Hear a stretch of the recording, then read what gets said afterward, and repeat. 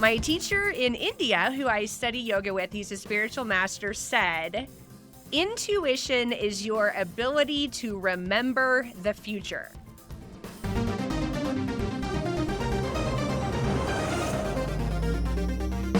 Welcome to the world of energy, where science meets spirit, ancient wisdom merges with cutting-edge knowledge, and the possibilities for a healthier, happier you are endless. I'm Lauren Walker. And I'm Blaine Wilkes. This is Energy Works, your portal into the incredible world of energy medicine. Whether you're a seasoned energy practitioner seeking to deepen your knowledge, or someone new to the concept of energy medicine, this podcast was created for you. Together, we unravel the intricate threads of energy that weave through our lives, revealing practical insights, stories, and actionable tools that you can start using right away.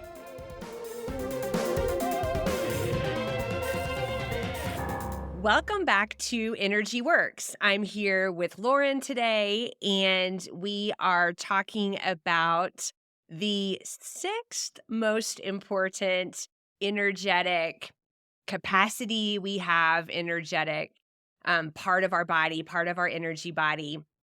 And today it's intuition. And another way to think about intuition is trust. Because how do you ever know how to trust? Like when you're making this gut decision, I trust this person, I don't trust this person, I trust myself, I don't trust myself, I trust the situation I'm entering into, or I trust this business deal, or I trust this relationship. How do you know? How can you know? And that is your intuition. And I have had a personal journey, I think any of us would say that we have, with getting intuitive hits and overriding them or not trusting them or not believing them or shutting them down, only to find out that I wished I had trusted my own intuition. And so there is this knowing that we get in our whole body. So we have our third eye between our eyebrows, and that is our seat of intuition or our knowing about intuition. Lauren will talk to us a little bit more about how that actually energetically works. It's not just this esoteric thing. We have an energy channel. It is part of our energy system, this intuition. But how do you know or learn or practice trusting it? And I'll go back to when I was in corporate again, because this was at a time I did not trust my intuition as much.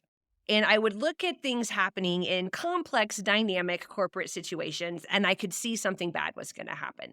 But I wouldn't tell anyone. And then it would happen, and I would beat myself up. Blaine, you knew that was going to happen. Why didn't you tell anyone? And it happened to me so often that I called it my worst feeling. It is the worst feeling in my body when something happens, and I knew it was going to happen, and I didn't tell anyone.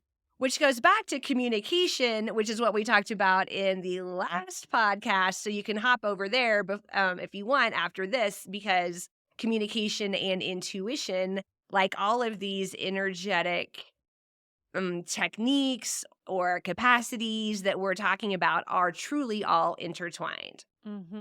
I love that story because I often ask that question at teacher trainings where I'll say, have any of you ever had an intuition? And everybody raises their hand because it's kind of a common thing. We all at least have some facility with that word. Okay, I've had an intuition. And then I'll say, have you ever had an intuition that told you to do something very strongly? And everyone raises their hand. And have you ever not followed that intuition? Most people keep their hands up.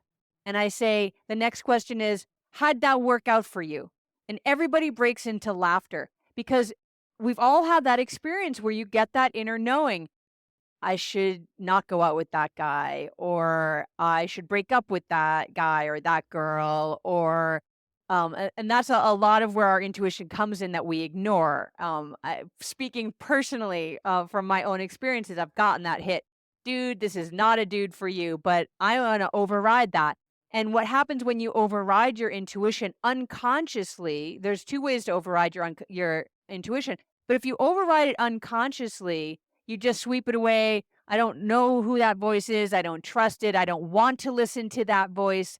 And you go ahead and do the opposite of what their intuition was telling you. Chances are it doesn't work out well because your body has an inner knowing, the wisdom of the body, we call it. And we also say in our tradition that the body never lies.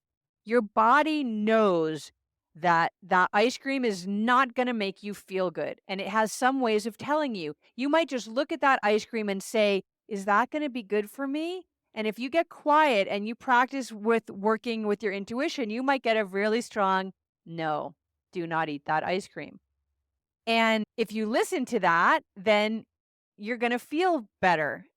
You can also say, "Is that ice cream gonna make me feel good?" "No, it's not. I'm gonna eat it anyway." Consciously choosing to override your inner knowing.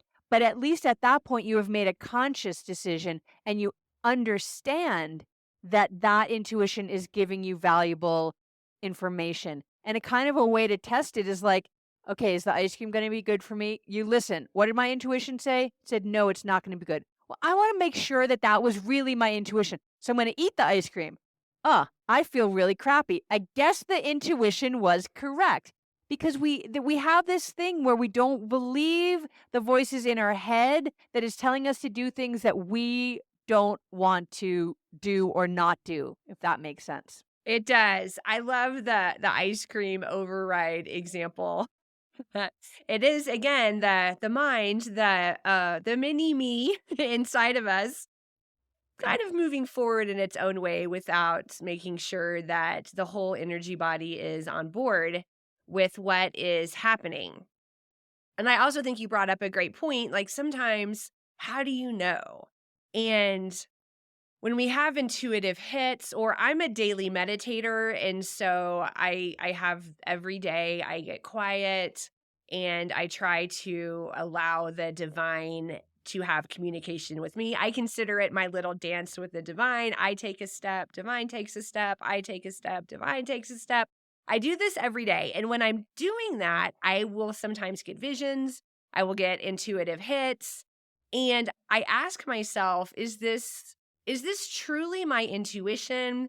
Is this my overactive brain just creating some stuff and filling the empty space or trying to distract me? And I have discerned over time that real intuition has a different quality. And it is hard to explain, and, Lauren and I are talking about energy on a podcast to begin with, so we're talking about the unseen in many times that we talk, and so and we talk about how we feel, right, and our energy being in balance or out of balance, and that all has a quality. When your energy is humming and imbalanced and running forward and crossing over and you're grounded, you know what that feels like. When you are ungrounded, you're homolateral instead of crossing over. You are not in harmony with yourself. You know what that feels like. It's really hard to explain to someone else what that feels like, but you know. And that's how I feel about the quality of these intuitive hits I get, especially while meditating, because I'm just quite quiet and focused. And a real intuition doesn't come every day, maybe doesn't come every week. It's not there all the time, but it has a resonance and a quality to it that gets my attention in such a way that I have to honor myself by heeding it. Because it is a muscle, and the more that we override our intuition and ignore it, the less it's going to show up for us.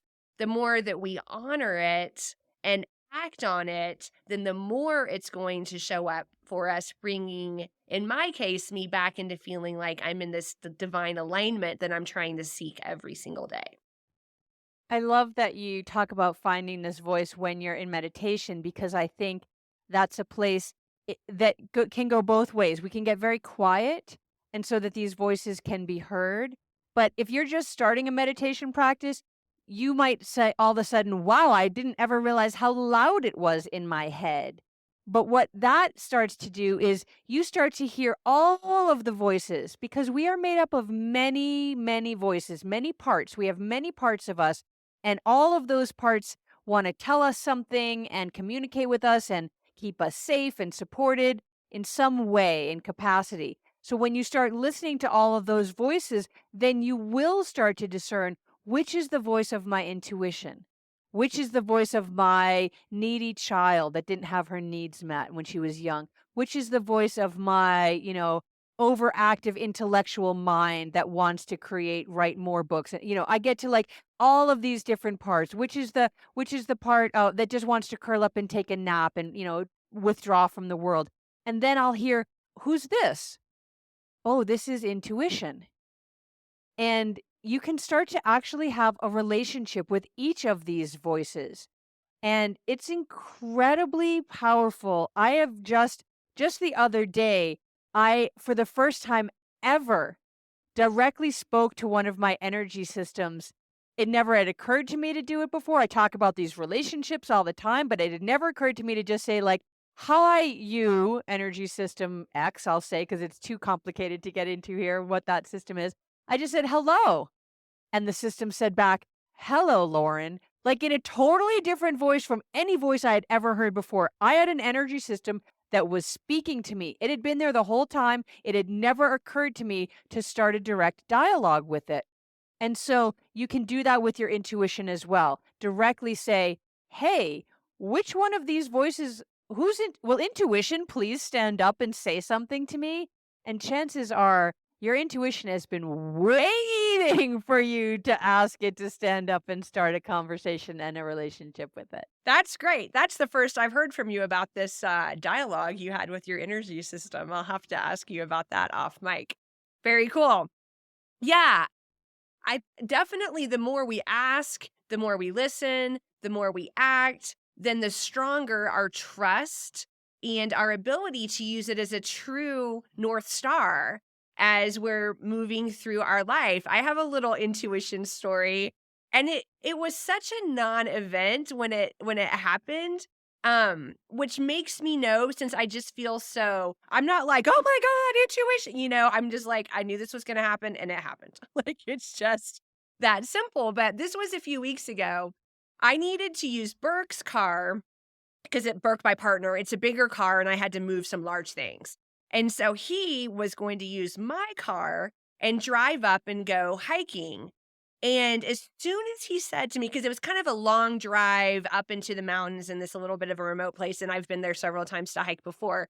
And as soon as he said, "Okay, I'm going to take your car and go up and hike in this place," as clear as day, it dropped into me something's going to happen to the car. And I just knew. And so I got home later that day and he wasn't home yet. And it was later than I expected him, and I was like, "Something happened to the car." And then I started to get a little worried because I was hoping something didn't happen to car while he was in the car, right? And that something happened to him. And so I'm not, I don't track what time he comes home. I don't care. We're both quite independent. But because I knew something was going to happen to the car, and he was maybe an hour later than I expected him to come home, not that he'd given me a time. I got that little bit of extra nervousness. So then he walks in the front door and I was like, "Hey, how was your day?" And he said, "Go look on the driveway and see." And so I went out to the driveway and there was my car with the whole front bumper of the car laying next to the car in the driveway, just detached, laying there. And I knew that was going to happen. I don't know. I mean, I didn't know it was going to be the bumper, but I knew something like this was going to happen. Which it's all a cool story and it's 100% true, but what was most remarkable in my experience was that I was just like, "Okay, I knew it was gonna happen." I mean, I wasn't shocked, I wasn't anything. Intuition told me it happened. "Alright, let's get the car repaired." So I want to ask you a question because before we started this podcast, we were both talking about our different experience with intuition and different teachers and different traditions. And you said something that you had written down in your journal in big, bold letters. And can you share what that is? Yes. My teacher in India, who I study yoga with, he's a spiritual master, said, intuition is your ability to remember the future. So, yeah, I think that car example is that.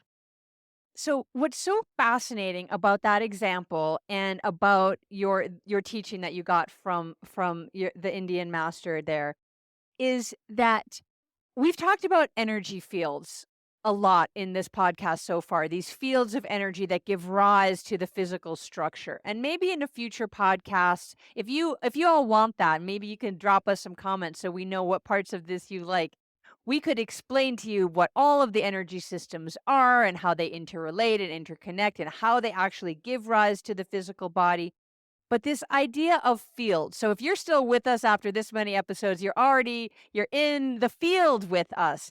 That means that you are in this energetic container of information. And the biggest energetic container of information is the entire universe.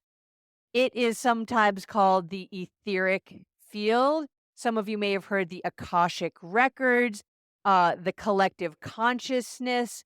There are all of these ideas, the holographic universe, that everything exists in the fields already, and that we can just tap into those fields and extract information.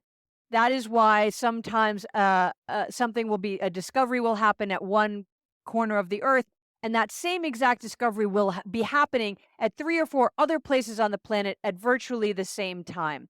Because once information is spoken, is known, it's available in the field. This goes back to our idea of communication. When you say something out there, you're saying it into the field. So if you have this idea for this incredible invention, I know how to invent X. It goes like this. It's out in the field, and anybody that has the ability to play in these fields, to extract information in these fields, which is, by the way, all of us have the ability, but some of us practice it more and can go ahead and drop into the field and extract information.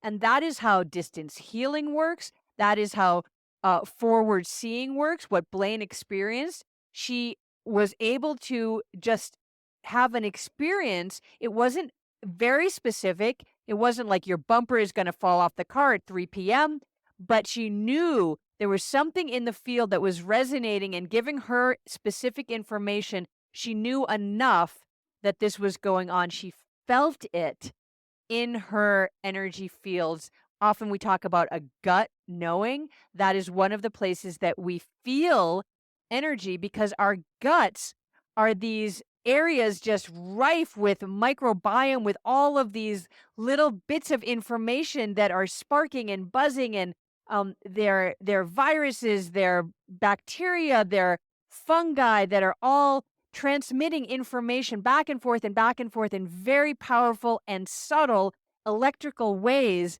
And that is a way that we tap into the fields of the universe that we download or upload our intuition from. Yeah, it's such a fun and wild concept.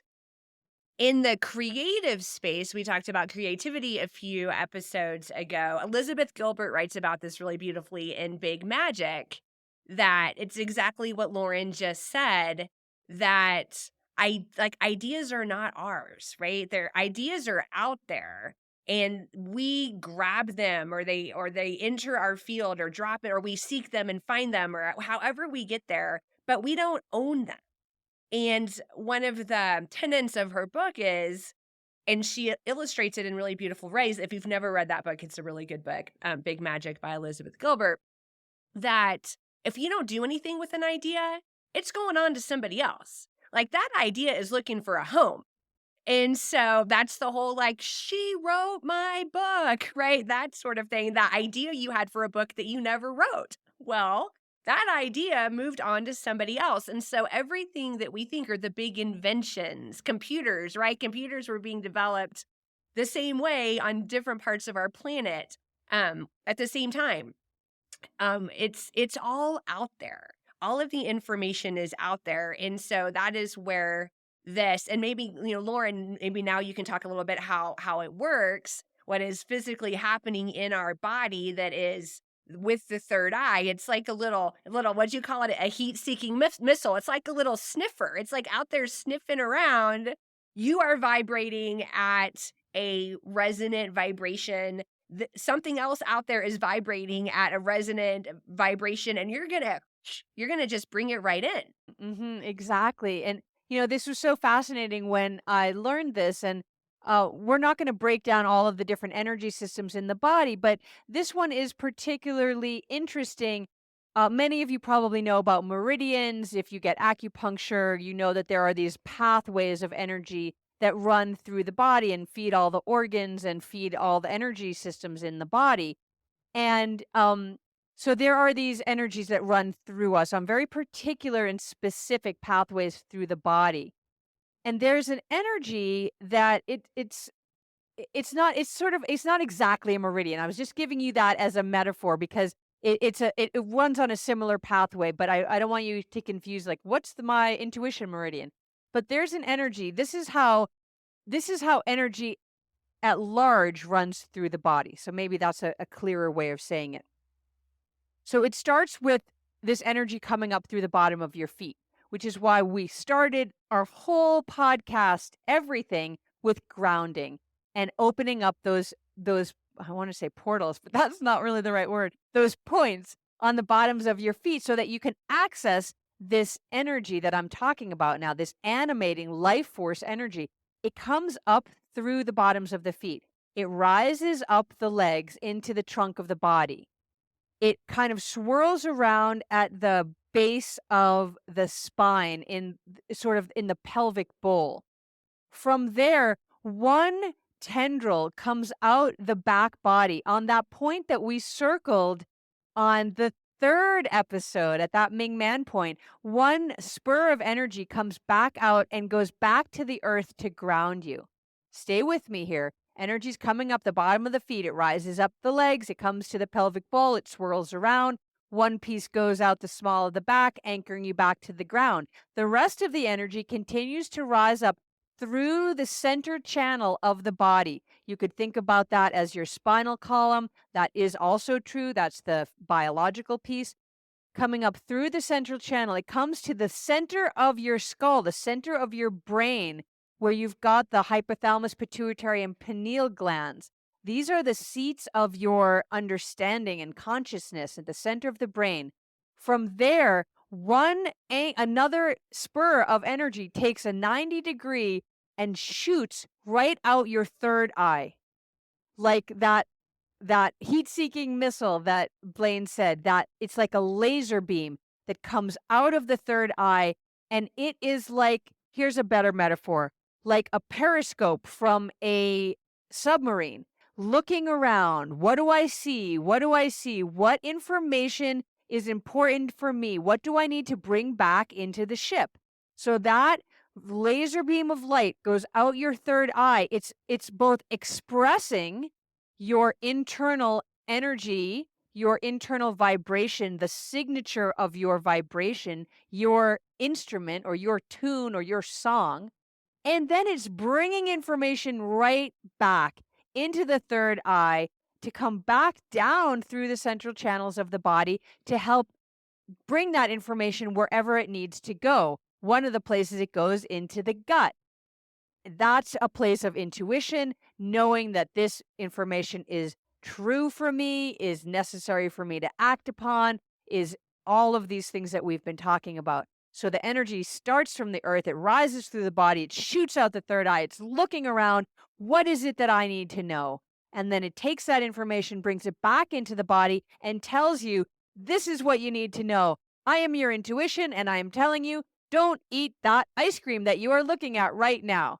And then you make a conscious decision about whether you trust that information, whether you believe that it came from the fields that support you, and what you're going to do with that. But that is energetically what is happening when your body is bringing in information and delivering it to you. That's what's happening energetically. Thank you for explaining that because I think it takes the woo woo down into real. I mean, if you believe that there's energy, if you believe there are meridians, if you believe there are chakras, if you believe you have an aura around you, if you believe any of these things you may not be able to see, then you can easily believe this. This is that your intuition is an actual channel of energy that is exchanging information between you and outside of you and synchronizing these things through the time space continuum and all the fields and all who have lived before you and all who will live in the future and everything. It's all out there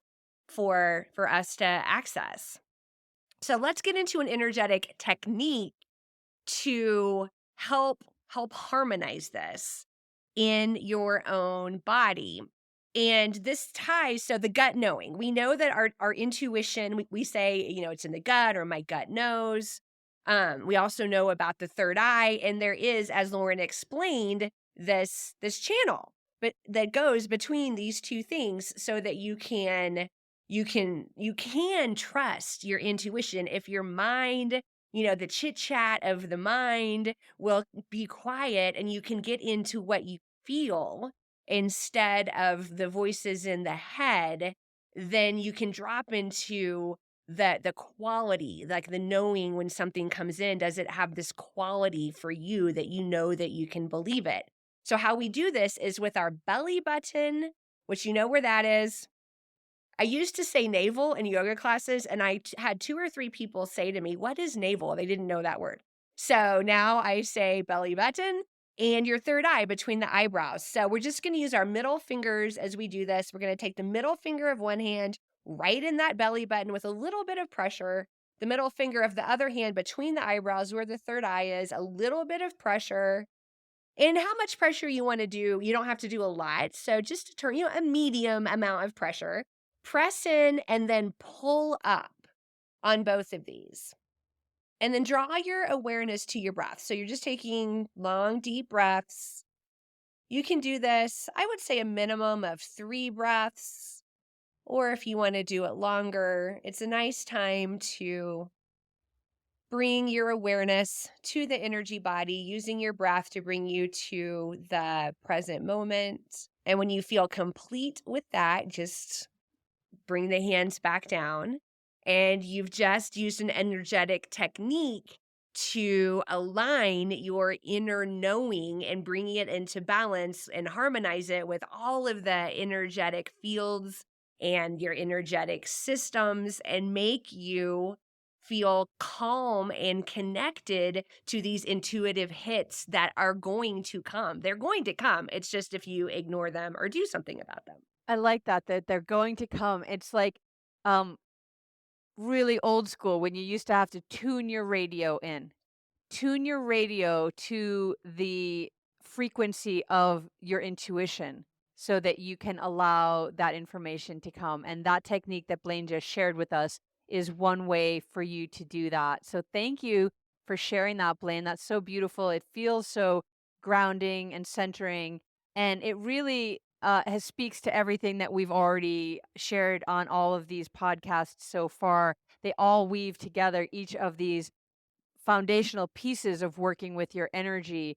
And so that intuition piece is so powerful, that inner listening, that deepening to the inner voice, which rises right out from what we talked about last week of that communication. So now we are deepening that inner communication, listening and responding. So thank you for that, Blaine. Thank you all for tuning in. I hope you've enjoyed this episode. And I'm going to tune in to think about, I think I'm getting a hit. Somebody is going to put a really positive review, and maybe it's you. Hopefully it is. We'll see you next time. Thank you. Bye. Alrighty, energy fans, that's a wrap on another positively charged episode of Energy Works. Lauren, this is the part where we get to use our energy puns. It's been electrifying, hasn't it, Blaine? We hope you've enjoyed it as much as we have. If you're feeling amped up and you want to keep your energy flowing, Be sure to hit that subscribe button on your favorite podcast platform. And we'd love to hear from you. So please take a moment to leave us a review. Your feedback helps us continue to deliver content that resonates. So light up our inbox. And spark a conversation with your friends to tell them about us. And we'll see you next time on Energy Works.